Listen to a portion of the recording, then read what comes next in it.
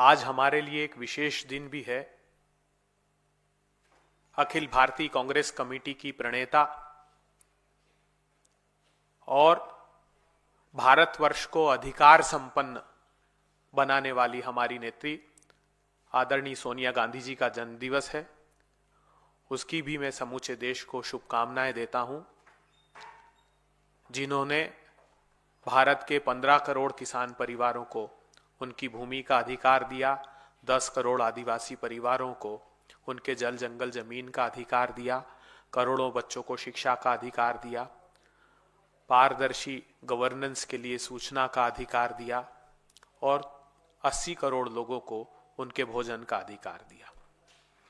आज एक बेहद महत्वपूर्ण विषय पर हम आपसे संवाद स्थापित करना चाहते हैं। आप अपने स्मृति पटलों को चिन्हित कीजिए तो कश्यपो त्रिभारद्वाज विश्वामित्रोद्गौतम जमदग्नि वशिष्ठेश्यम सप्तते ऋषि स्मृता। हमारी सनातन मान्यता में कहा गया है कि 7 ऋषियों के स्मरण मात्र से सारे पाप दूर होते हैं, और हमने देखा कि कैसे महाकालेश्वर में सप्त ऋषि की प्रतिमाओं में भारतीय जनता पार्टी ने भ्रष्टाचार किया। आज एक बेहद गंभीर और महत्वपूर्ण आध्यात्मिक और सामाजिक सरोकार के संदर्भ पर मैं आपसे बात करना चाहता हूं।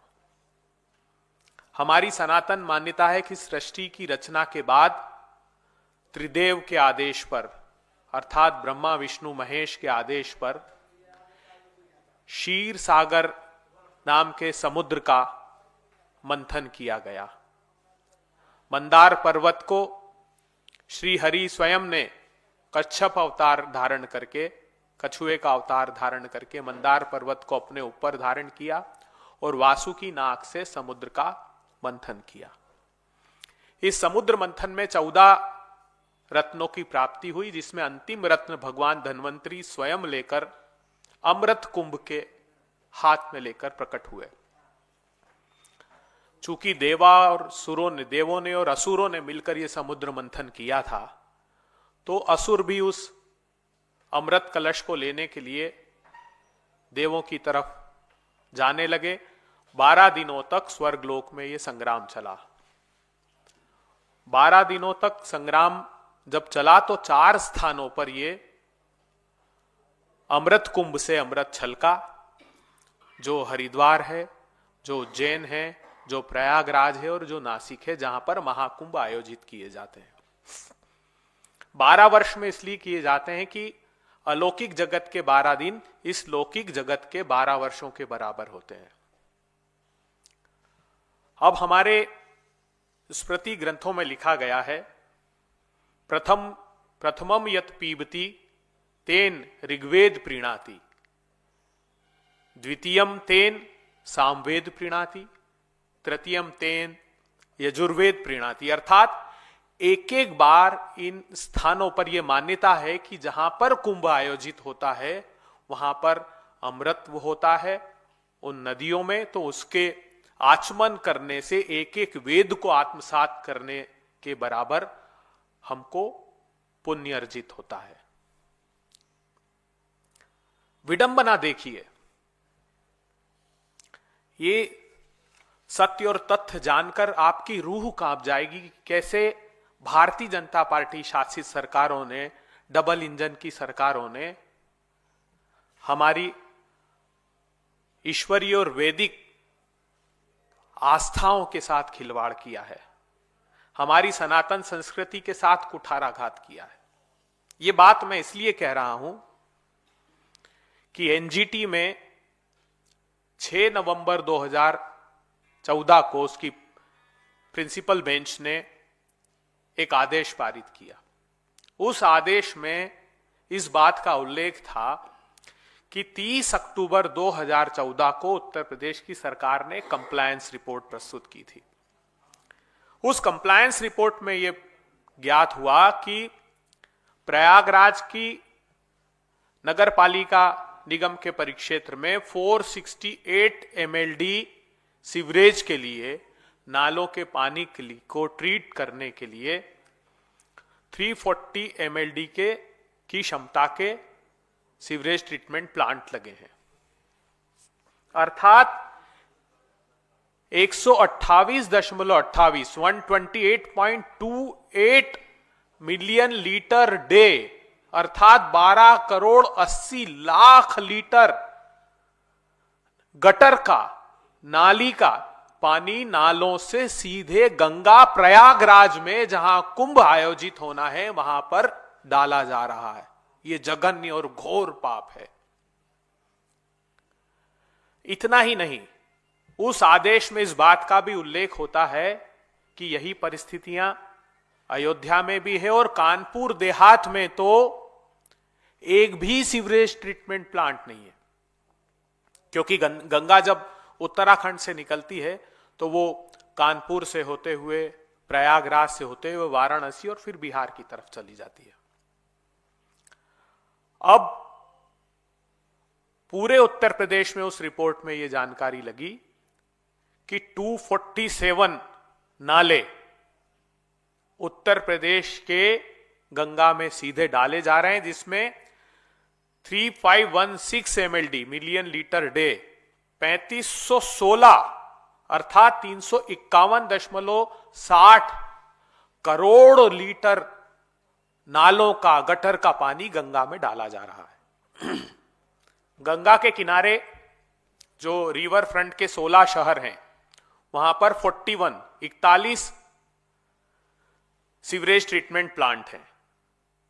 उसकी स्थिति उस रिपोर्ट में बताई गई कि 6 तो स्थायी रूप से बंद है और 34 मानक स्तर के ही नहीं है, अर्थात उन 16 शहरों के 41 सीवरेज ट्रीटमेंट प्लांट से सिर्फ एक प्लांट ऐसा है जो मानक स्तर पर काम कर रहा है।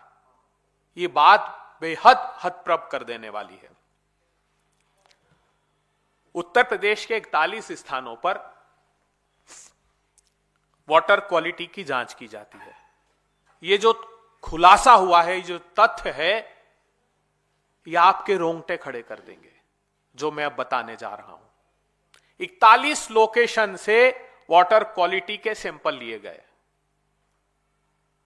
उसमें से 16 स्थान जहां से वो सैंपल लिए गए थे, उसमें फीकल कोलिफॉर्म बैक्टीरिया की स्थिति यह है कि 500 MPN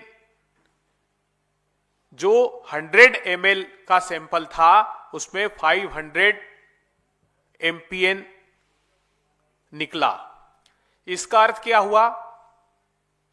MPN का अर्थ है मोस्ट प्रोबेबल नंबर, और फीकल कोलिफॉर्म क्या होता है ये जानेंगे तो आपके पैरों के तले से जमीन खसक जाएगी। फीकल कोलिफॉर्म बैक्टीरिया सिर्फ जानवरों और मनुष्य के मल में से मिलता है। तो पानी को जांचने का एक तरीका है, अर्थात मानवों का और जानवरों का मल इतनी बड़ी मात्रा में 16 स्थानों पर मिला, और 17 स्थानों पर इससे भी भयावह आंकड़े हैं। 2500 MPN पर 100 ml है, 2500 MPN। आपको जानकर आश्चर्य होगा कि इतना अधिक मल मूत्र गंगा के उस पानी पर, जहां पर करोड़ों लोग अपनी आस्था को समर्पित करके जल में डुबकी लगाएंगे, उस पानी का आचमन करेंगे इस श्रद्धा के साथ कि हम इस आचमन करने से, इस डुबकी लगाने से हमको मोक्ष की प्राप्ति होगी। ये बात यहीं नहीं रुकती। उत्तराखंड के लिए जब एनजीटी ने इस जांच को आगे बढ़ाया, तो उत्तराखंड में यह पाया गया, सेंट्रल पोल्यूशन कंट्रोल बोर्ड की जो रिपोर्ट थी उसमें यह संज्ञान में लाया गया एनजीटी को कि जो उद्गम स्थान गंगा का है गंगोत्री, उस गंगोत्री के 1 MLD पानी की जांच की गई, और उस दिन जो 1 मिलियन लीटर डे पानी था उसकी जांच की गई, तो उसमें 540 MPN 100 ml पर मिला। मतलब 540 फीकल कोलिफॉर्म 100 ml पानी में निकला है। इसका अर्थ है कि गंगा के उद्गम को ही अपवित्र कर दिया भारतीय जनता पार्टी की सरकार ने। उत्तराखंड में भी 195 MLD का सीवरेज का, गटर का, नालों का पानी गंगा में मिलाया जा रहा है। अर्थात 19 करोड़ 50 लाख लीटर प्रतिदिन पानी उत्तराखंड में भी मिलाया जा रहा है और उसको अपवित्र कर दिया गया है। वहां पर भी जो नदी के किनारों के शहर है, 53 सीवरेज ट्रीटमेंट प्लांट लगे हैं। उत्तराखंड के उन 53 सीवरेज ट्रीटमेंट प्लांट की स्थिति यह है कि 3 स्थायी रूप से बंद है और 48 मानक स्तर के ही नहीं है, और सिर्फ 2 ट्रीटमेंट प्लांट हैं जो मानक स्तर के हैं। उत्तराखंड की स्थिति यह है कि नेशनल ग्रीन ट्रिब्यूनल ने इतना अधिक उत्तराखंड की सरकार की अकर्मण्यता को लेकर नाराजगी व्यक्त की कि उन्होंने कॉम्पिटेंट अथॉरिटीज को, जिम्मेदार अधिकारियों को 9 फरवरी 2024 को FIR तक के ऑर्डर कर दिए, क्योंकि व्यथित थे कि कंप्लायंस जो नेशनल ग्रीन ट्रिब्यूनल चाहती थी कि नदियां, गंगा नदी पवित्र रहे, साफ रहे, उसकी मंशा के अनुरूप काम करने को तैयार नहीं थी। अब मैं ये इसलिए कह रहा हूं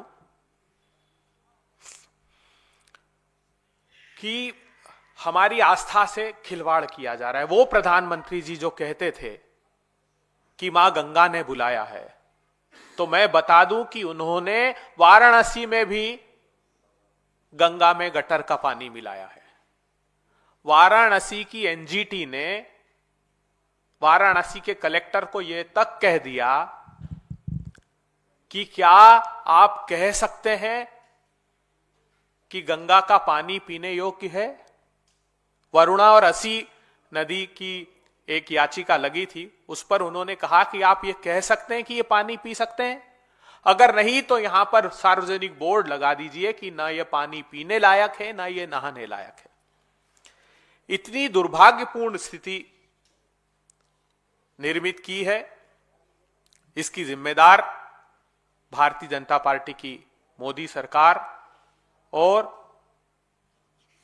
उत्तर प्रदेश की आदित्यनाथ जी की सरकार, उत्तराखंड की धामी सरकार, ये सारी सरकारों की सामूहिक जिम्मेदारी है।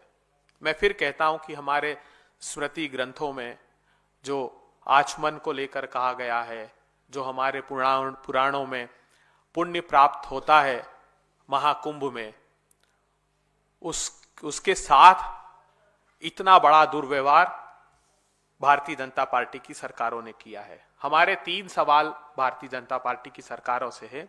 क्या उत्तर प्रदेश के मुख्यमंत्री करोड़ों श्रद्धालुओं को यह आश्वासन देंगे कि कुंभ तक गंगा का जल स्नान और आचमन के लायक होगा? क्या हाई पावर कमेटी की पूरे प्रदेश की एक बहुत महत्वपूर्ण बात और इस बीच हुई थी कि 6/11 को जो आदेश था एनजीटी का, उसमें उन्होंने उत्तर प्रदेश के चीफ सेक्रेटरी को लिखा था कि बार बार हमने आपसे कहा है कि हाई पावर कमेटी की एक कंप्लायंस रिपोर्ट पूरे उत्तर प्रदेश की, क्योंकि यह पाया गया था कि पूरे उत्तर प्रदेश की स्थिति बहुत गंभीर है, गंगा में गटर का पानी मिलाया जा रहा है। तो उन्होंने 4 सप्ताह में वो रिपोर्ट मांगी थी, उसके पहले भी वो डिमांड कर चुके हैं, मगर इस बार भी 6/11/24 के आदेश के 4 सप्ताह बीत जाने के बाद भी चीफ सेक्रेटरी उत्तर प्रदेश ने वो रिपोर्ट सबमिट नहीं की। जब वो रिपोर्ट सबमिट नहीं की तो न्यायालय ने बहुत गंभीर नाराजगी जाहिर की और ऐसा सुना है कि शायद आज उसकी तारीख है और आज वो हो सकता है कि उत्तर प्रदेश की सरकार कोई रिपोर्ट प्रस्तुत करे। उत्तराखंड की रिपोर्ट के बारे में एनजीटी ने जरूर ये कहा है कि आपने जो रिपोर्ट प्रस्तुत की है वो भरोसे के लायक नहीं है। तो हम उम्मीद करते हैं कि पूरी आस्था व्यक्त करते हैं महाकुंभ में। कांग्रेस पार्टी अपनी प्रतिबद्धता दर्शाती है कि जो भी हमारे सहयोग की अपेक्षा होगी सरकारों को, हम वो यथासंभव सहयोग करने को तैयार है, मगर आप भी करिए ताकि हमारे महाकुंभ की पवित्रता बरकरार रह पाए। प्रधानमंत्री जी को इसके लिए क्षमा याचना करनी चाहिए और गंगा की पवित्रता और हमारे महाकुंभ की आस्था को बरकरार रखने के लिए प्रधानमंत्री जी को भी यथासंभव कोशिश करनी चाहिए कि इस महाकुंभ के पहले हम प्रयागराज में जब आस्था की डुबकी लगाएं तो उसकी पवित्रता बरकरार रहे। अगर आप लोगों के कोई प्रश्न हो तो।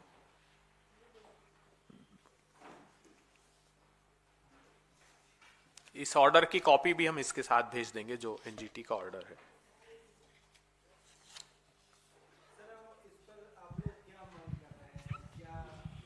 क्योंकि कुंभ जो है वो शुरू होने वाला है, तो आप लोगों की क्या मांग है? हम लोगों की मांग है कि अभी 13 जनवरी से 26 फरवरी तक कुंभ चलेगा और 6 शाही स्नान उसमें होते हैं। कम से कम ये आस्था बरकरार रखे, जैसे एनजीटी ने भावना व्यक्त की है। एनजीटी ने भी कहा है, एनजीटी ने खुद कहा है प्रयागराज के लिए कि क्या करोड़ों लोगों के स्वास्थ्य से खिलवाड़ करेंगे आप समय सीमा में ये काम करिए। तो कम से कम उनकी टैपिंग हो जाए ताकि नाले सीधे सीधे वहां न प्रवाहित हो। मां गंगा की शुद्धता, पवित्रता आध्यात्मिक दृष्टिकोण से भी और स्वास्थ्य के दृष्टिकोण से भी बरकरार रहे। ये दोनों सरकारों से हम मांग करते हैं, केंद्र की सरकार से भी और राज्य की सरकार से भी। और एक निश्चित समूचे देश के लिए, देश की नदियों के लिए गंगा सहित ये प्लान बन जाना चाहिए। 10 साल से अधिक हो गए सरकारों को। प्रधानमंत्री जी ने तो पहले दिन कहा था मां गंगा ने बुलाया है, तो अब हम अपेक्षा करते हैं कि वो अपने वादे पर खरे उतरेंगे।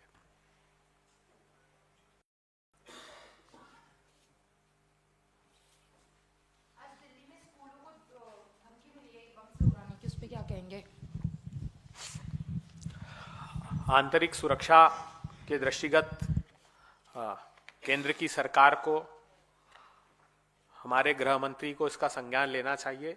लगातार ये धमकियां मिल रही है और इसके साथ मैं ये भी कहना चाहता हूं कि दिल्ली को भारतीय जनता पार्टी की सरकार ने क्राइम कैपिटल बना दिया है। आप चौंक जाएंगे, जो आईपीसी क्राइम में क्राइम रेट है दिल्ली का, अगर देश का वो क्राइम रेट, मैं आपको एग्जैक्ट डेटा देता हूं, अगर वो बहुत कम है तो दिल्ली का जो क्राइम रेट है वो 1400 से अधिक है। अगर पूरे देश का 150-200 है तो दिल्ली का क्राइम रेट 1400 से अधिक है। जघन्य अपराध में दिल्ली नंबर 1 है, आईपीसी क्राइम में दिल्ली नंबर 1 है। इसका हम एक अलग से खुलासा करेंगे, लेकिन ये गंभीर लापरवाही है गृह मंत्रालय की तरफ से। सिर्फ और सिर्फ चुनाव के दौरान और अपने राजनीतिक दल के प्रचार प्रसार में भारतीय जनता पार्टी लगी रहती है, उसका सरोकार इन चीजों से नहीं है। तो हम चाहते हैं कि गृह मंत्री इनका भी संज्ञान ले।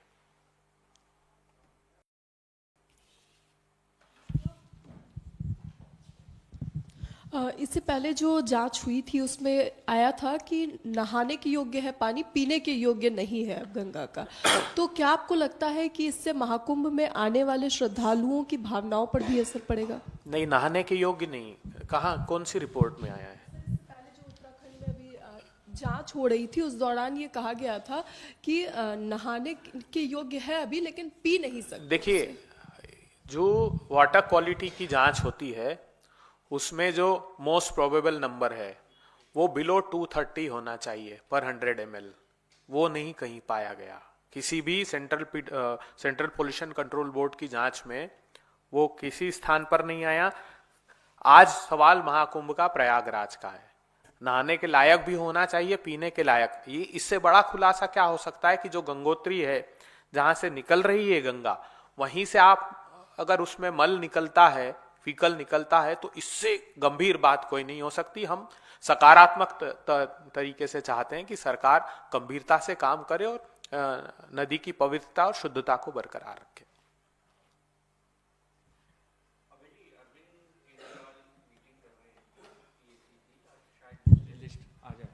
क्या प्रतिक्रिया है, क्योंकि कांग्रेस पार्टी तो अलायंस के लिए, यानी अरविंद केजरीवाल तो अलायंस के लिए मना कर चुके हैं, तो आप लोगों की तरफ से कब लिस्ट वगैरह आना शुरू होगा और उनकी तरफ से आना शुरू होगा?